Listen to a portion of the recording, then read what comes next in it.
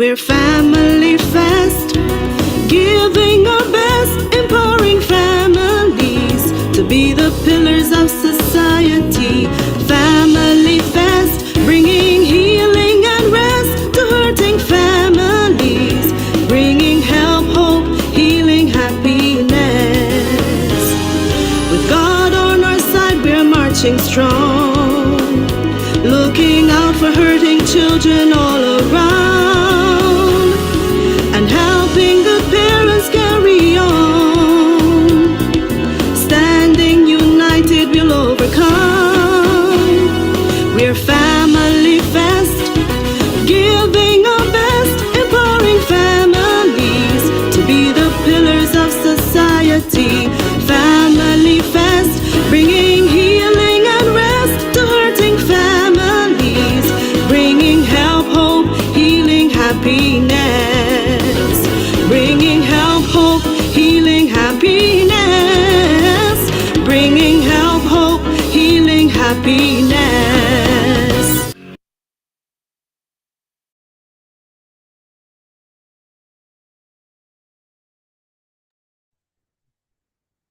Good evening and welcome to Family Fest Barbados. We are so excited to be here with you, very excited for this evening's discussion. And today's discussion is entitled The Less Talked About Areas of Child Abuse. I'm telling you, there's going to be some new learning taking place here this evening. So if you need to, grab a notepad, grab a pen, and join us. And I am excited to also hear from our panelists and the persons who are going to be sharing some more with you this evening.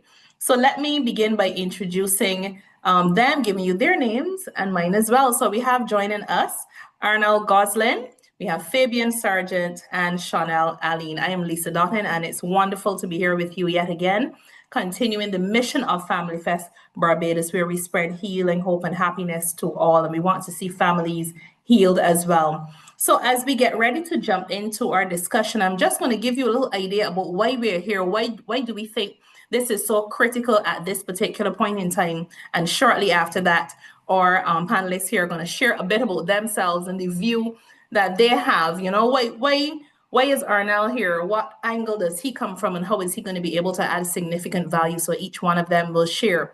So the whole concept of the less talked about areas of child abuse. Protecting our children is the ultimate investment in our future.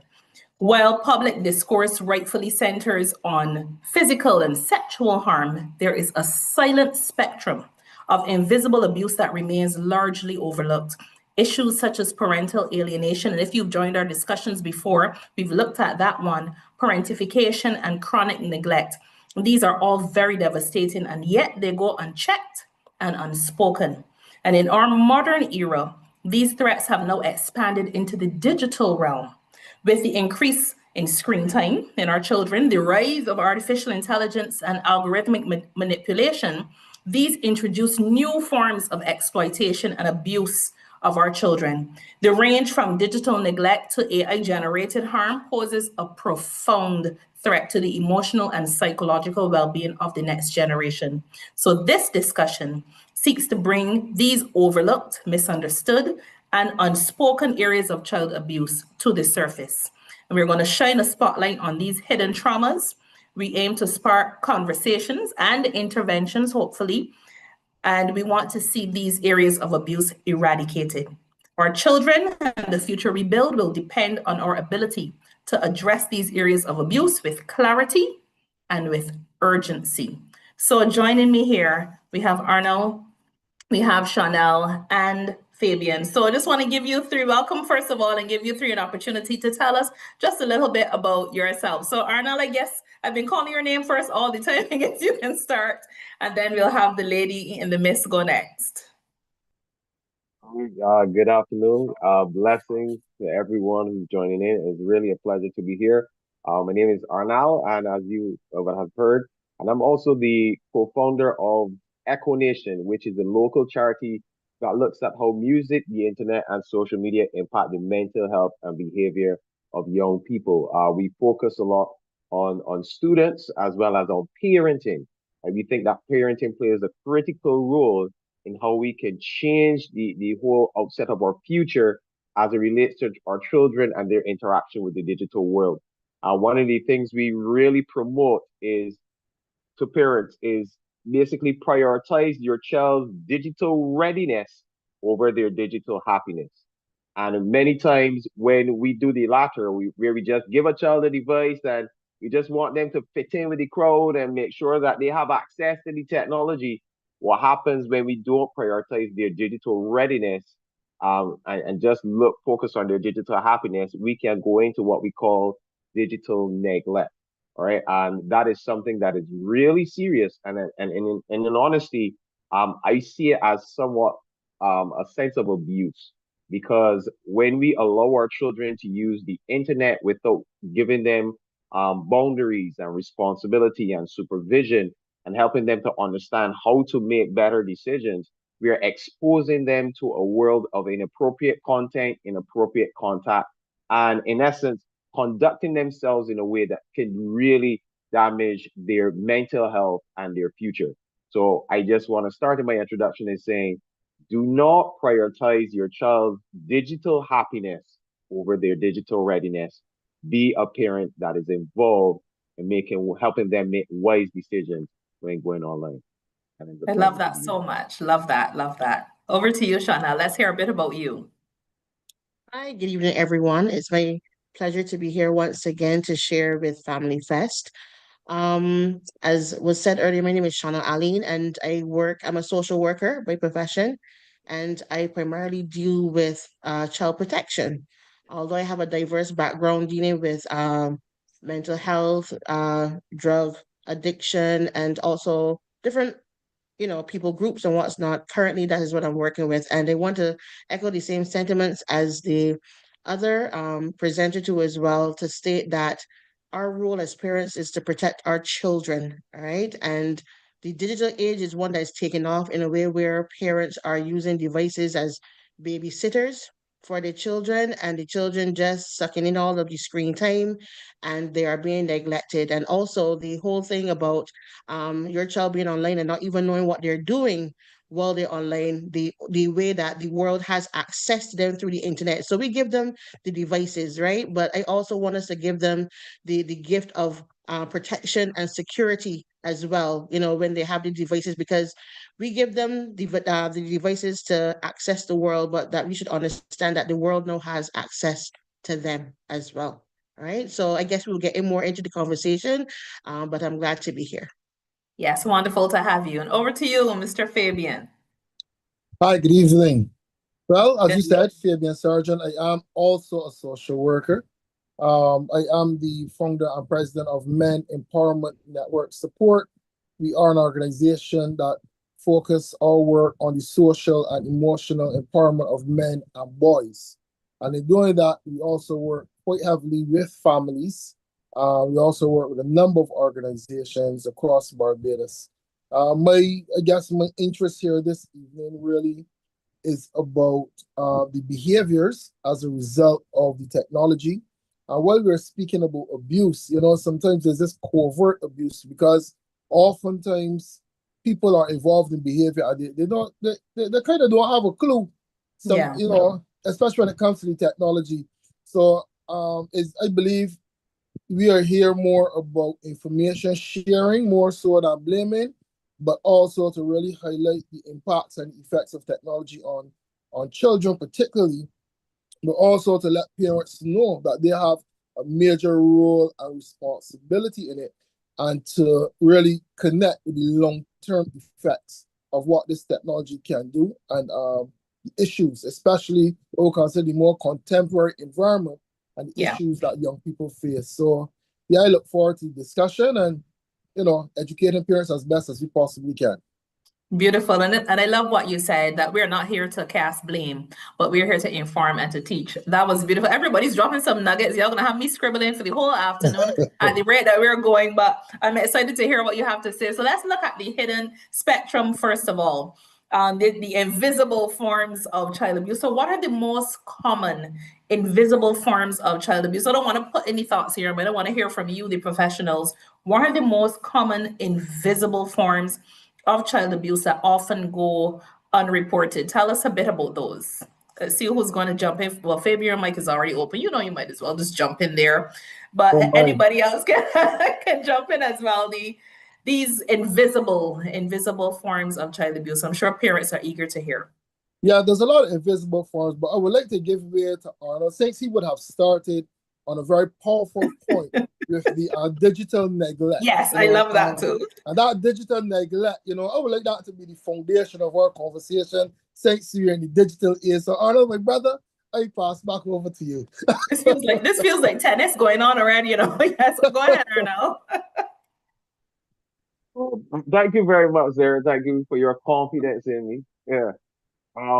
I think digital neglect is one of the most recent, if you will call it, coin phrases when you're looking at parenting. And it's all because of how the digital world is really advancing and emerging and the amount of hours that our children are spending. I recently came out of a session with the Social Empowerment Agency talking to students, parents, and also educators.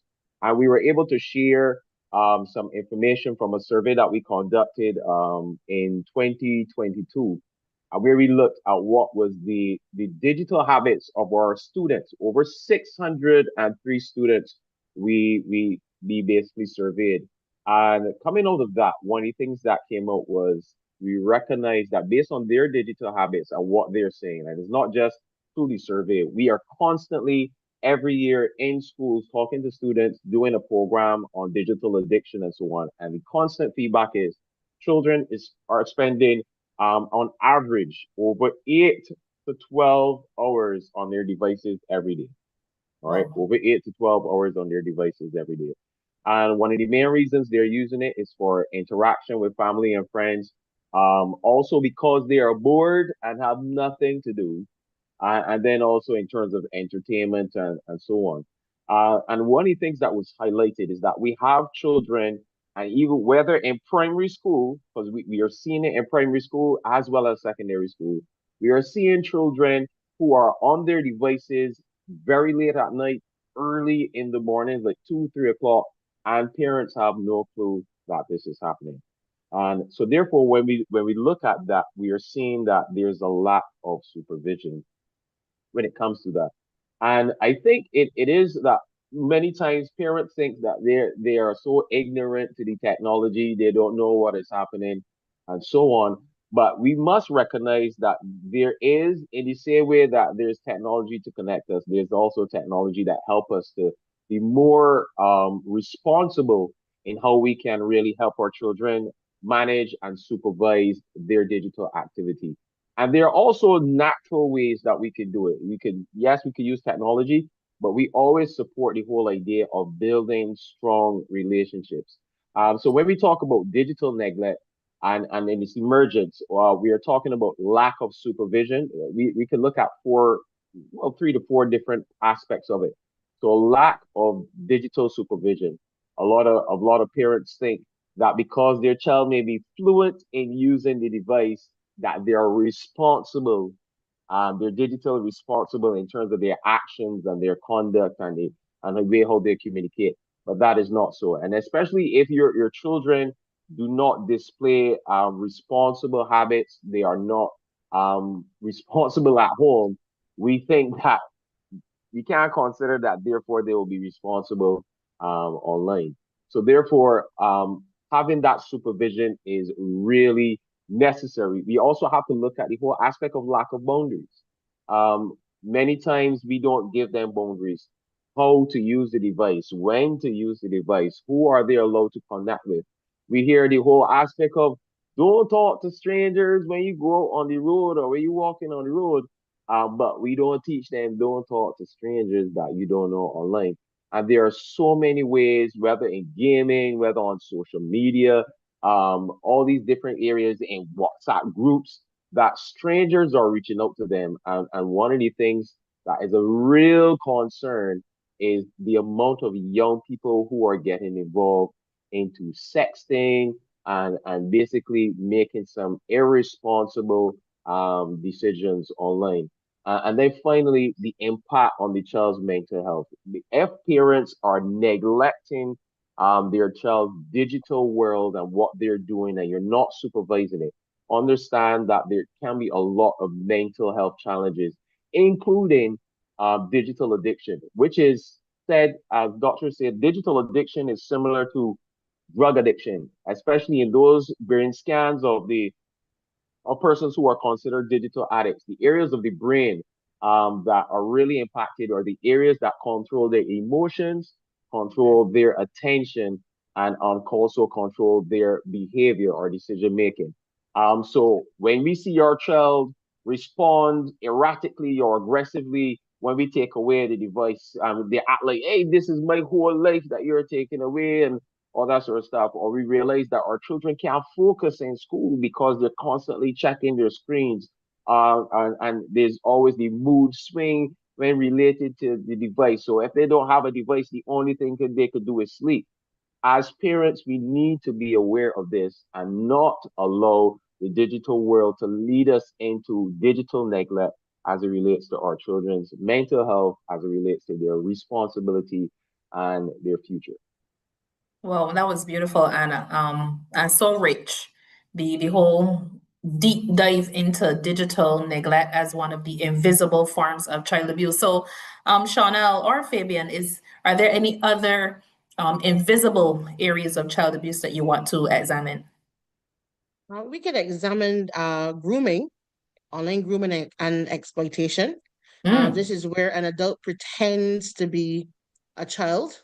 It could be a stranger, it could be a family member, but they hide behind the mask of the age of a child and would approach a child online through apps like Instagram, Facebook, even in games, pretending to be a child to gain this child's trust, with a end game of getting something from this child that would gratify them. All right. The child doesn't go into it knowing exactly what is going to go on and happen between them and this quote unquote friend. Yeah. Right. But the thing is that this person sets out either by using algorithms, looking at posting online, commenting, looking for like indicators of what a child may need, like this child might be posting a particular theme online and they might feel the need that, I need to say, oh, I like your picture or I like you. And it starts out seemingly innocent, but then it goes into a point where they ask to move from the actual posting into a chat room, something secret. Right. And then it becomes secretive now because they now move the chat from, a posting now to a chat room, and now different conversations happen online. This person might offer them gifts. This person might offer them game credit to play games. This person might, say, I can meet you up and give you some money.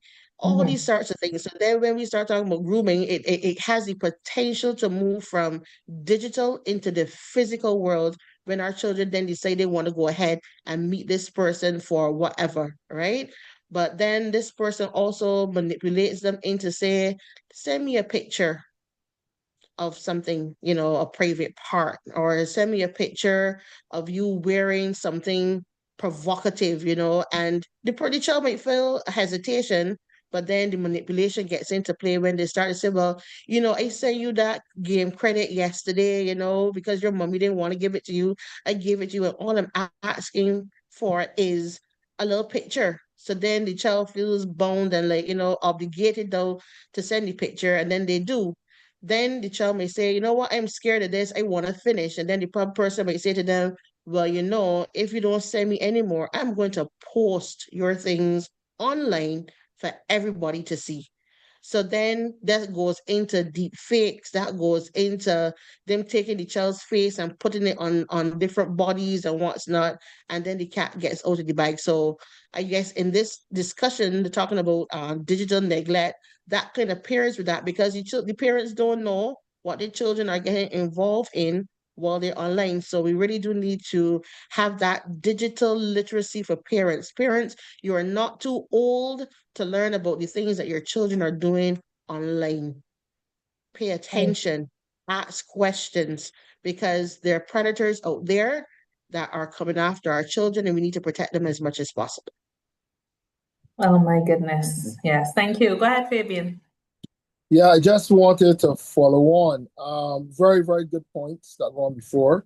But one of the major challenges is that we have some very indisciplined parents.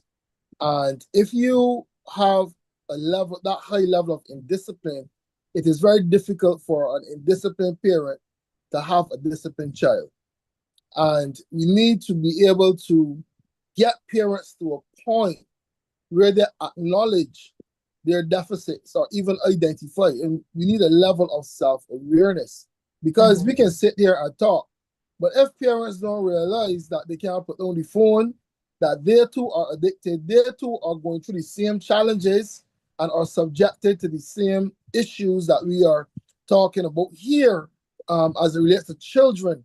Now, the difference is that children have greater vulnerabilities. Yeah. Okay? People can take greater advantage of children. Yes, they take advantage of adults too. But this is where we adults have to be the ones to provide that safeguard, provide that space, provide a solid environment where these young people are protected. So parents need to understand their roles, their responsibilities in this entire thing. Now, the topic that was raised just now about taking a picture and sending it online, don't let us skim over that as just a point. That is very real. That is very prevalent, because young people are not understanding the impacts of taking photos and putting. Well, they believe if you just send it on WhatsApp from one person to another, that it stays there. If you send it as a one-time share, that is it. People know how to get past these things. And as mentioned, I know personally of a number of situations where there was a lot of blackmail going on, and young people were going through some tremendous issues. So we really need to get parents to understand their role in this process, and I guess generally government and non-governmental organizations, their role in terms of making sure that this message gets out. Technology is not going anywhere, and we have to find a way to manage this situation. And it starts with us. It starts with the adults. Or not our children are the ones who are going to have all the impacts later. Yeah. Wonderful. Arnold, I thought you were there brimming just now to add another point. I saw you leaning forward. But you mentioned the digital. Yes, go ahead. The other thing I would mention, which is something that is emerging, it has not had really, as far as I know, in terms of reporting, a lot of the major incidences that we know of. But what is emerging, especially overseas, is the whole aspect of virtual companionship or AI companionship, Okay. where we are seeing a lot of young people, so they just the grooming by someone who is a person or an adult disguising themselves or catfishing. We also have young people who are turning to AI companions. And you'll see that where we are a lot of the persons are suffering from digital, social isolation.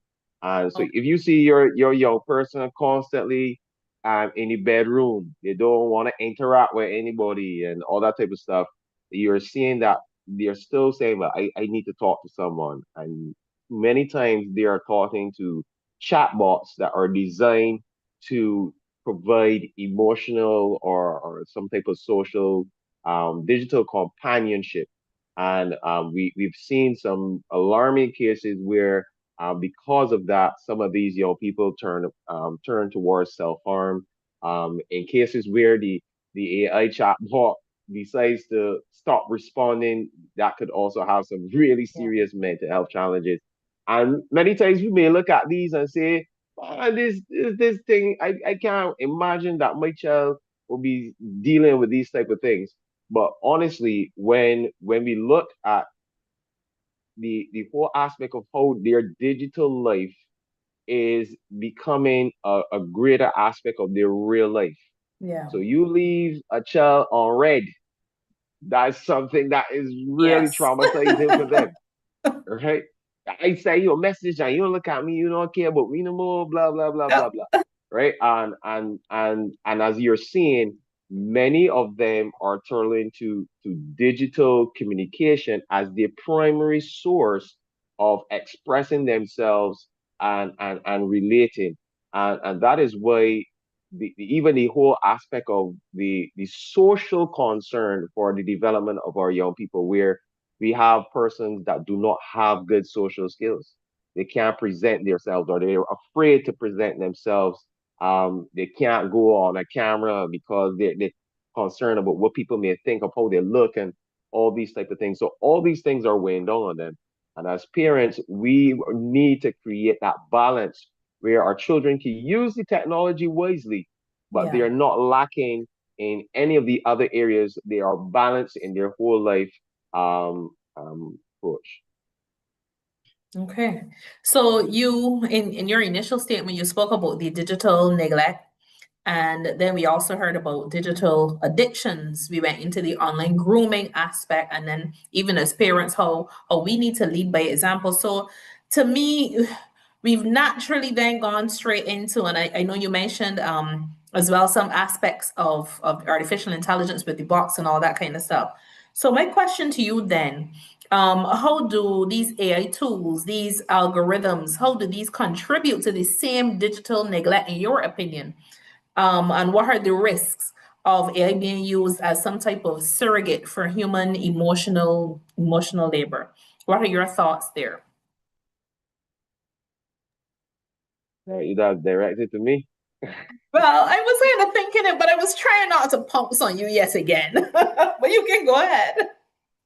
It's honestly because the one of the reasons why I started out in my charity is because I myself involved in technology. I build Right. apps and so on. And in essence, you understand what takes to make a successful app, how users think and whatever.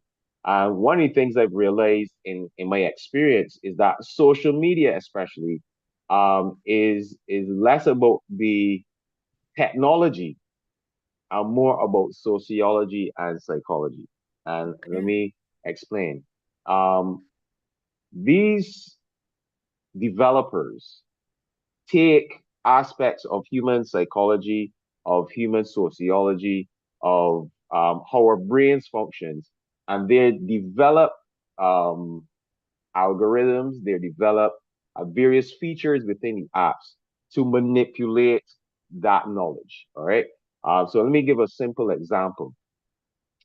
We would have if you I try to remember who are these scientists, but there are these scientists back in the 60s, somewhere back. I can't remember how many decades ago. And they did this experiment with rats. And they realized that if you give a rat a pellet consistently, and then you start giving that rat a pellet, the rat would not go looking for a pellet anymore. So every time this rat pulled the lever, he got a pellet. But when you stop providing the pellet, when he pulls the lever, he stops pulling the lever. Then they did another experiment and they realized if you give that pellet inconsistent whenever he pulls the pellet, so he may pull it one time and he gets a pellet, he pull it a second time, he doesn't, and he pull it another time, he gets a pellet, right? You would see that the rat will continually pull the pellet in the hope Okay. that they would win. Basically, that is the psychology behind a lot of these slot machines and gambling machines and so on. Okay. Now you take that same approach now and you put it on social media. And we see it from the aspect of social validation. So I post something online and I see 60 views. Let me put it more in a real example. And this is something that I tested by the way.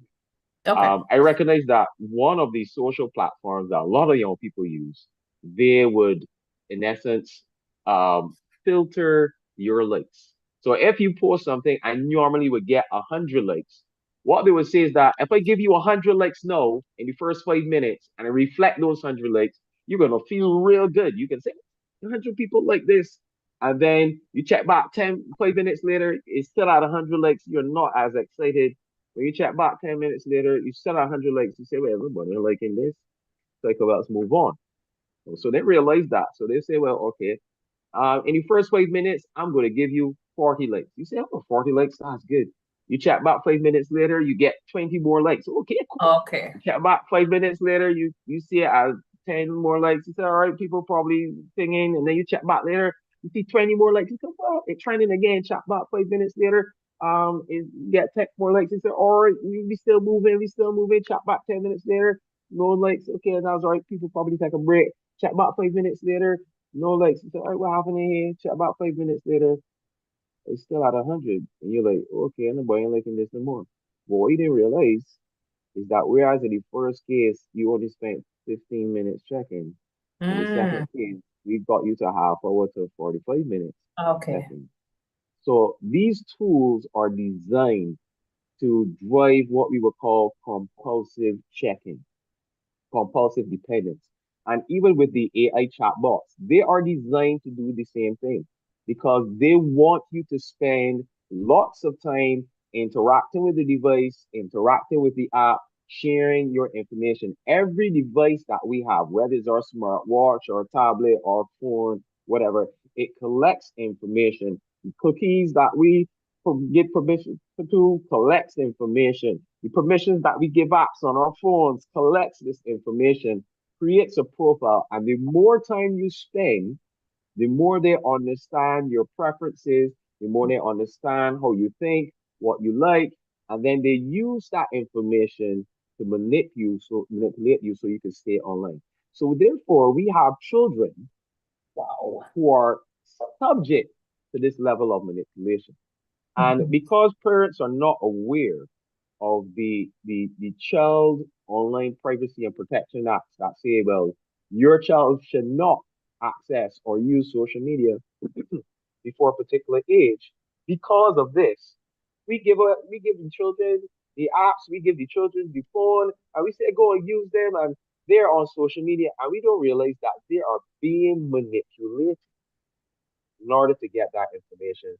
And this is the information that, as Chanel mentioned, that groomers would use. And a lot of this information, if a groomer has the knowledge, they could go and buy your child's data online.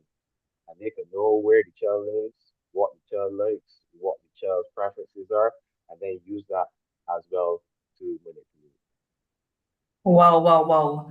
Like I said at the very beginning, this is gonna be a deep dive as some new learning is gonna take place. And I'm hearing some new learning taking place for sure. So, and I think it was good for parents to kind of understand, because I don't think sometimes we understand the how. We understand the effect, but we don't always understand how it works. So recently then, even as we prepare to come here for this discussion, the whole term of sharenting came up. And I was like, sharenting? Of course, new learning. And you talked a bit about the children.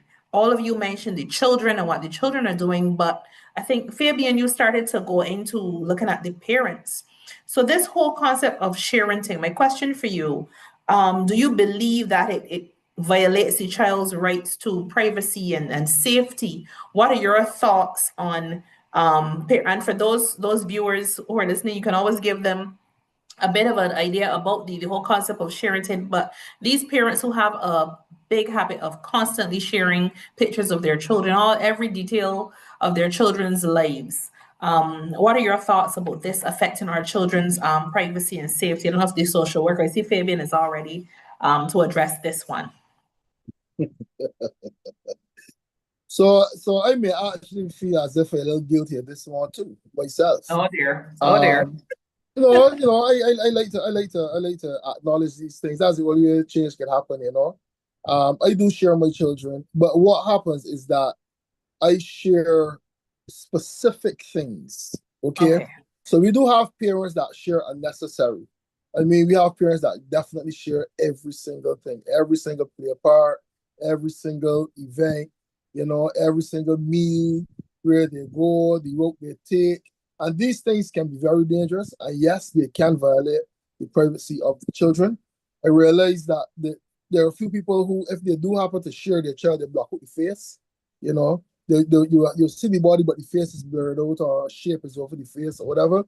But we still have to also acknowledge the rights of the child, And we have, as parents, a real serious responsibility when it comes to our children and who we put them in the world, especially in this very, let's just say, volatile or very dirty type of space when it comes to the internet.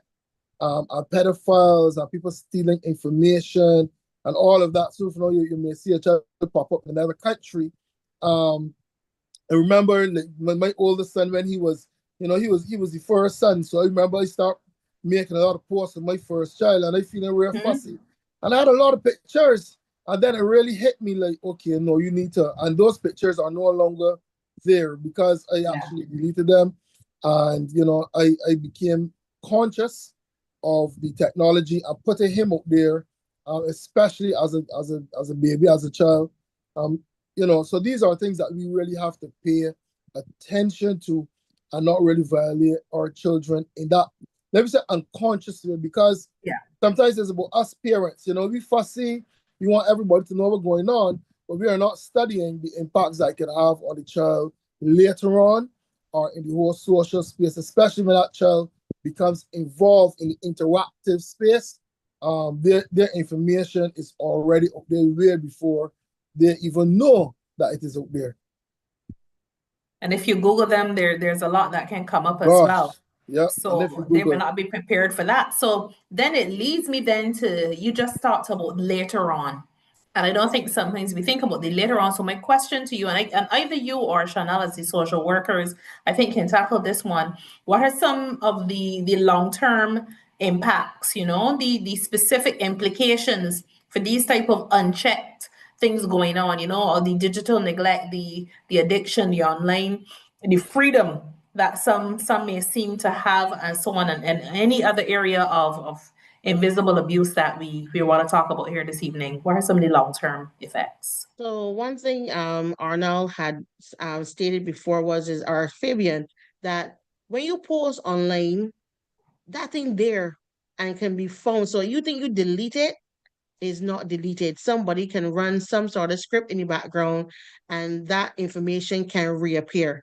So you're talking about long-term things. So I want to hit on something before I get there, which is about the ability for parents when they go and post their child, how they give additional information to persons to generate AI or deepfakes using their children's faces, right? And I agree that if you post it, my God, start blocking out their faces and what's not to, because then they won't have a face to show online. But that with this age of technology, there's an old saying that says that the devil is always finding work for idle hands to do. And with the introduction of AI and all that it involves, persons would then take a photo of your child and stick it on somebody else's body, and you're just saying, that is not me, that is not my child. But it is so convincing. How many times have we as adults went online and saw a posting of some news item and you were saying, wait, this body died, this body, you're so confused because it's so realistic. It looks so realistic, but it is what? It's a deep fake. It was an AI generated thing, and persons can now change up how their children look. So then it's not a realistic view of your child. So now your child may have a particular skin tone or a particular physical feature and whatever, but then you use AI and ask AI to distort, amend, fix, whatever, so it portrays what you would consider the perfect photo. And then persons like, would start to bully that child and say, hey, well, your mommy just post a picture of you that don't look like you, So there's a lot of things that can happen with using AI and AI generated photos. But let's pivot a little bit to say that with the introduction of AI and all that it can do when it comes to the future, when persons trying to get jobs, when persons trying to apply for colleges and universities, I mean, even applying for a visa. I recently had to go and get my visa done, and they asked me for all of my social media handles and stuff because they're going to check to see what the things I've been saying and doing for the last 5-10 years to see, who I am. So my thing is that, and Fabian mentioned it too about parental responsibility with how we respond to online and being responsible posters and that sort of thing, is that these things can come back and bite us, where it really hurts, So we need to be a little bit more conscious. We need to understand the AI environment. And before you hit post, think about it. Yeah. Think clearly do I really need to post this? Is this relevant? Or how can I protect my child in this case, even if I want to celebrate a milestone or whatever, what can I do to protect my child? But I say before you hit post, think responsibly, because when it goes out there, it's out there. Yeah. And I love the fact that you ended with protecting our children is so critical. Yes, Fabian.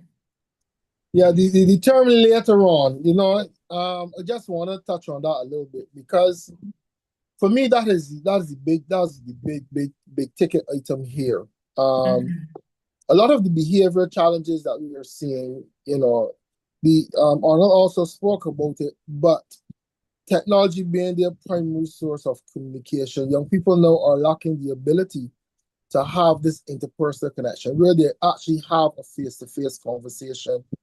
And that is major because we grew up in a world that we have to speak to each other, we have to communicate.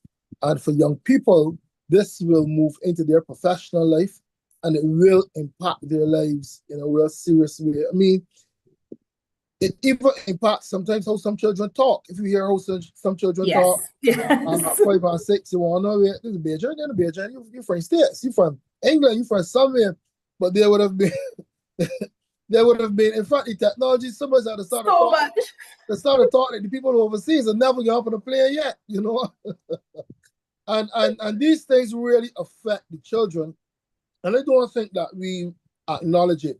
What that also does, I mean, when we speak about interpersonal connection, the whole idea of critical thinking, it takes that away. So it has me a bit concerned for our what we will consider as innovation later on.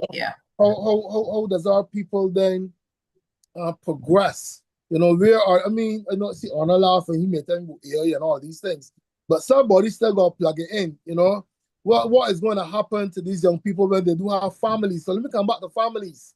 I mean, the technology ain't get there yet, but we still need people to communicate. We still need parents to be able to have a conversation with the children. And these children that we have now will become parents.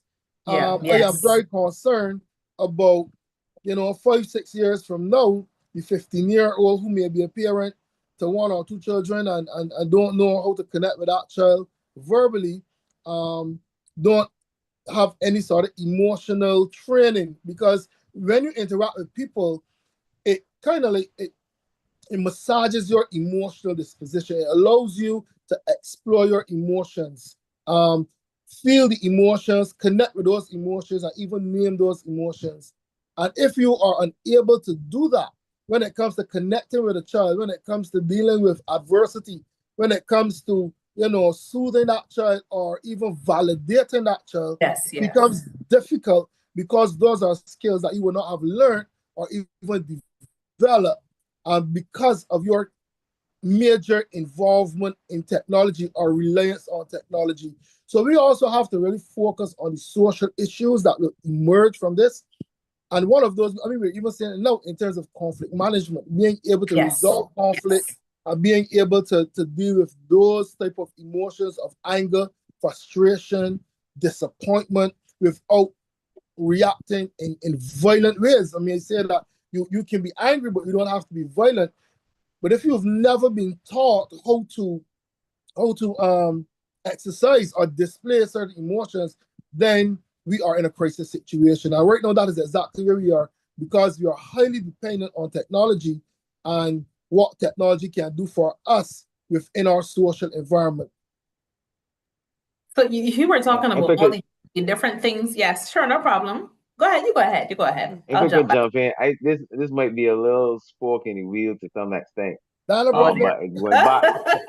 going back to the whole aspect of sharing things, and this is one of the things that we are looking at. How are we evolving as human beings, and in terms of the digital landscape? As we said, the digital world has become part of our real world, and we saw especially the benefit of the digital world when it came to COVID, where we couldn't necessarily interface physically the way we would like. And we therefore, we thank God for the technology and being able to connect with people and still see people and still have these type of interactions and so on, right? So one of the things going back to sharing things is the whole idea of if are we going to, and this is just a little, I'm not saying that I'm against or anything, but it's just a thought. Can we really tell parents in the world where people are seeing the world and seeing social media as a way of expressing themselves and sharing their achievements and so on? Can we really tell parents, hey, blur out your child's graduation photo, blur out your child's achievement on the sports field. Don't let nobody see them. And because the question is being asked, are we therefore now becoming slaves to the fear of what may happen and going into the realm of overprotection? On the same light, as Fabian mentioned, we do have parents who see their child's achievements as a way for them to get social validation. So they use it now, not necessarily in really celebrating the child, but as an offshoot to say, hey, look at what my child Right. do, and so that I could get validation for myself. So Mhm. I think, especially because the digital world is something that is becoming more and more an extension of our own expression, we really have to look at how do we really balance that. And as Shana said, what is the reason for me sharing this? Is it for social validation for myself? Is it that I'm really happy for my child? And is this something that is safe to share? Or is it that, I just share everything all the time and I gotta let everybody know what's going on with me and to know that all the haters know that my child still doing this. We really have to look at that balance and understand what's the meaning because whatever example you set there is what our children would see and they will copy and therefore when they start sharing things they're not sharing wisely, they're sharing for the same validation that they see Yes. their parents look into. And this is something that is really, I think, as we talk about child abuse, this is one thing that is becoming a phenomenon in society. Where before in society we have the village, where the village would raise the child would get affirmation and encouragement from the village, True. and the True. village would speak and so on. And the child therefore knew those persons they interacted with and how they felt about those persons. Today's world, you could have all 50 primary contacts of this child saying, you are beautiful, you are wonderfully made, you are great, you are doing a good job. But if that child posts or believe that, hey, if the child is on social media, first of all, and they post something and they only get 5 likes, they're going to say, well, I don't care what mommy or daddy tell me, and I know what uncle the one is supposed to say so, but Mhm. really and truly that's so because my friend posts the same picture and she get 500 likes, and I post a picture and I only get 10. So nobody don't like me, nobody don't. So all of these things are things that we definitely have to be aware of and concerned with as parenting, and our nurturing, our protecting, our empowering have to go past not only what we do in our homes, but what Mhm. we do in our digital spaces. Okay. I'm hearing a lot coming out with motive, like why we're doing what we're doing. And then I'm hearing a lot coming out as well in terms of wisdom, in terms of determining when we do what and so on. Because I always say when you post too much, you sometimes give the criminals the leeway to know you're not home, etc., etc. So we're getting ready now to go into the closing part of everything. Um, but my question to you, because we talked about the issues, we talked about the problems, we talked about the challenges. What can we do? Because there has to be hope. We're about spreading hope. What can the various institutions do, whether it be schools, churches, families themselves? What can we do in light of all that we have discussed here? Some final thoughts from you. I will go. I would say that we need to teach digital literacy and online safety. All right, Okay. because as we said earlier, the internet is not going anywhere. is here to stay with more advancements beyond what Yeah. we can even consider right now. So how do we deal with it? Our children are going to be interfacing with it. We as parents are going to be interfacing with it. So we need to know more about what's happening online. So we need to know the games our children are playing. We need to know about all the chat rooms, show our interest in what the children doing. Like for instance, like, oh, what are you playing? Oh, Minecraft. What do you get when you make this amount? You get a toy, you get this, like get involved. And I keep on saying, parents, your brains are not too old. Don't say you're too old to learn. Because I'm sure we have some older persons like in my church that got cell phones at 80 something and 90 something, and they still know about WhatsApp. It's amazed me when I see them pull out the cell phone and they're working it. So my thing is that we ain't got an excuse. We have no excuse. They were able to open up their brains to learn this technology. Parents, learn. Just take an interest. Learn what your children are doing online. And another thing I want to add to is let us lead by example. Don't tell the children, oh, you had enough time for your cell phone, and that time you was on your cell phone for the whole day. Come on, let's do an activity together. So instead of just removing the technology, you can use it for a period of time. So we talked about it, boundaries. So setting some boundaries, and let's both have a digital detox. So it's not only the child getting the digital detox, both of us can have a detox. So for the next hour, we're gonna sit down, we're gonna have a talk, we can go for a drive, we're gonna go somewhere. Those are some of the things that we can engage in. But I'm just saying to parents today, we need to learn, we need to know what's going on online. Don't be scared of it, but learn. So digital literacy and online safety. Yeah, I love that. I love that. And I think COVID has forced a lot of us to learn a lot more than we thought we could. So we need to be more open-minded. Yeah. So your thoughts, advice on how we can address this, how we can arrest it a bit more. So gentlemen, okay, Fabian is ready and rearing. Yeah, man. Shall I really touch on a number of the points that I would have liked to touch on, but I would like to emphasize the whole idea of parents getting out of their comfort zone. We need to get out of our comfort zone. Yes, this is a cultural shift. It is a cultural shift. It is a new type of environment for us. And we need to get digitally literate. We need to understand the technology. We need to understand what is out there.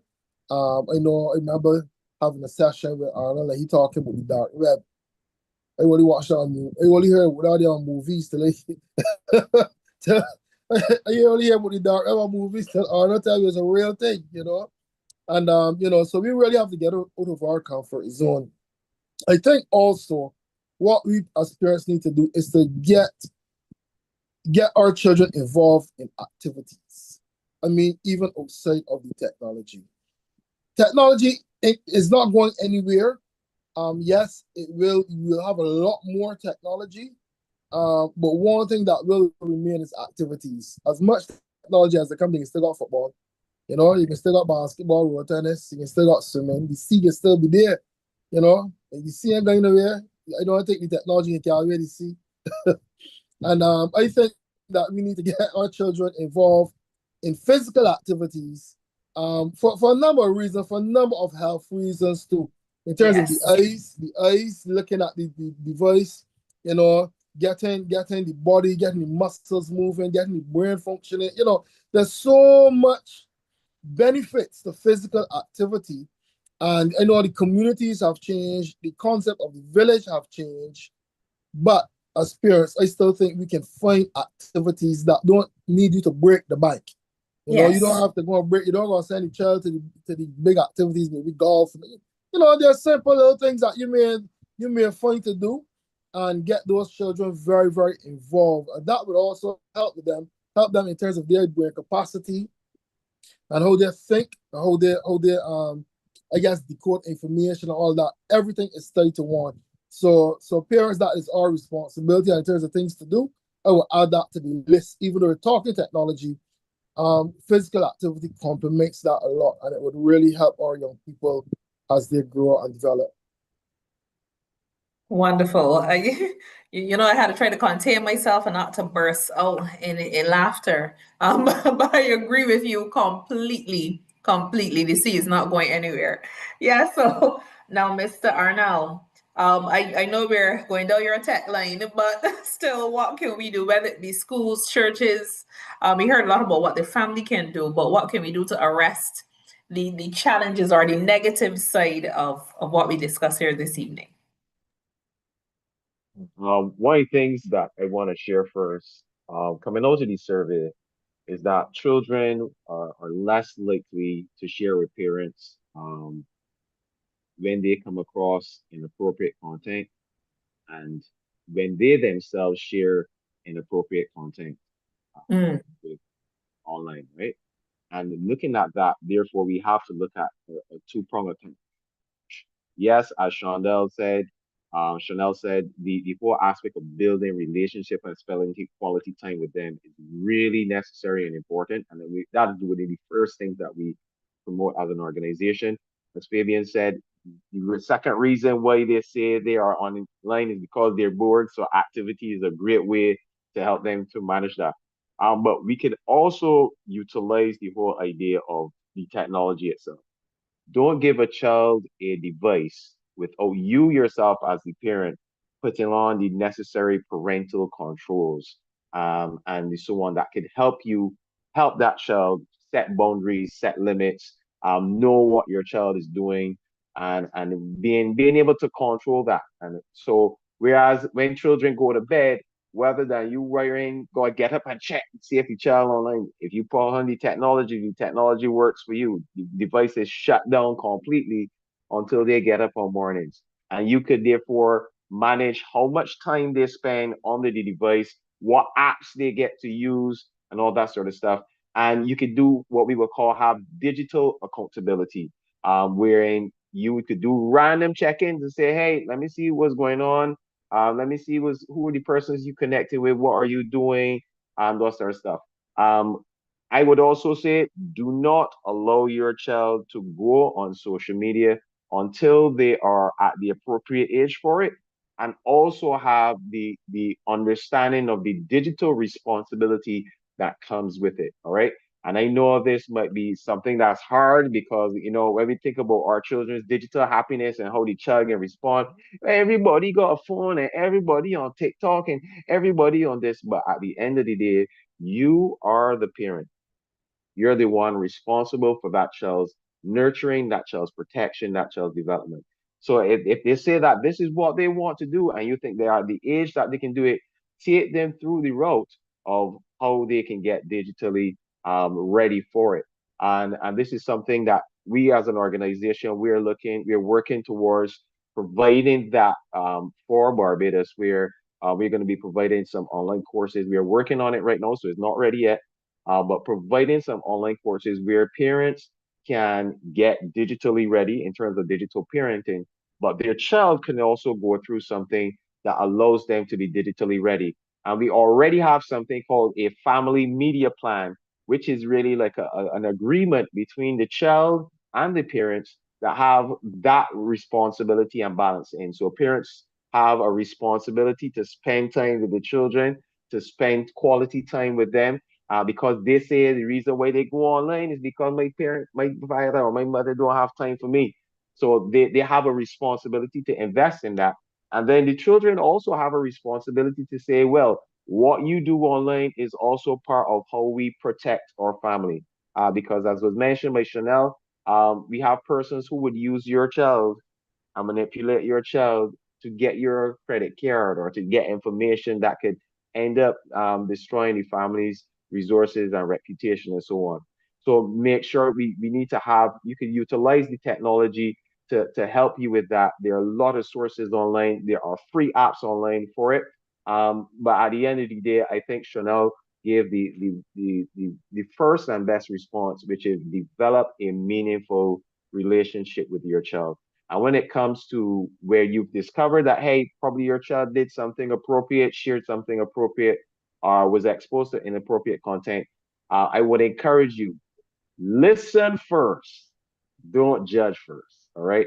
It's always great to listen first, find out what your child knows, create an environment where your child feels safe and free to come and talk to you about what is happening, especially with their digital world. Because as was mentioned, sometimes they're being manipulated, sometimes they're being taken advantage of. And we don't want our children to shut down on us and we don't know what is happening. All right. So always be slow to judge, quick to listen, find out what they know, have that accountability with them, and use the technology to help you in monitoring and managing what your child's digital engagement is. Well, thank you so much. And would you believe there's so much more that we could be looking at here this evening? There's a whole lot more, and that's why I'm excited for part two, which is going to be happening on June the 21st, where we'll be able to dig into a lot more of the other invisible areas of child abuse because it is wide. And we need to learn and we need to be educated and we need to be able to do better. And when we know better, we do better. So I'm so thankful to our social workers, Chanel and Fabian, and beautifully Fabian is able to focus on males as well and empowering the men. And then Mr. Arnell, who threw in some little arrows down there, coming from the digital angle. And I know Echo Nation is doing great things across the island. So we're very grateful to all three of you for the value that you have just added, not only to Barbados, but across the Caribbean. We believe that value has been added. So to those of you who are listening here this evening, listen out for more that's going to be coming up. Like I said, June 21st, we're going to continue into part two, and we'll be looking at quite a few more areas. And we pray that you are blessed not only this evening, but you're going to be blessed then as well. So thank you so much for joining us. This has been Family Fest Barbados, and we look forward to joining you next time. We're Family Fest, giving our best, empowering families to be the pillars of society. Family Fest, bringing healing and rest to hurting families, bringing help, hope, healing, happiness. With God on our side, we're marching strong, looking out for hurting children all around.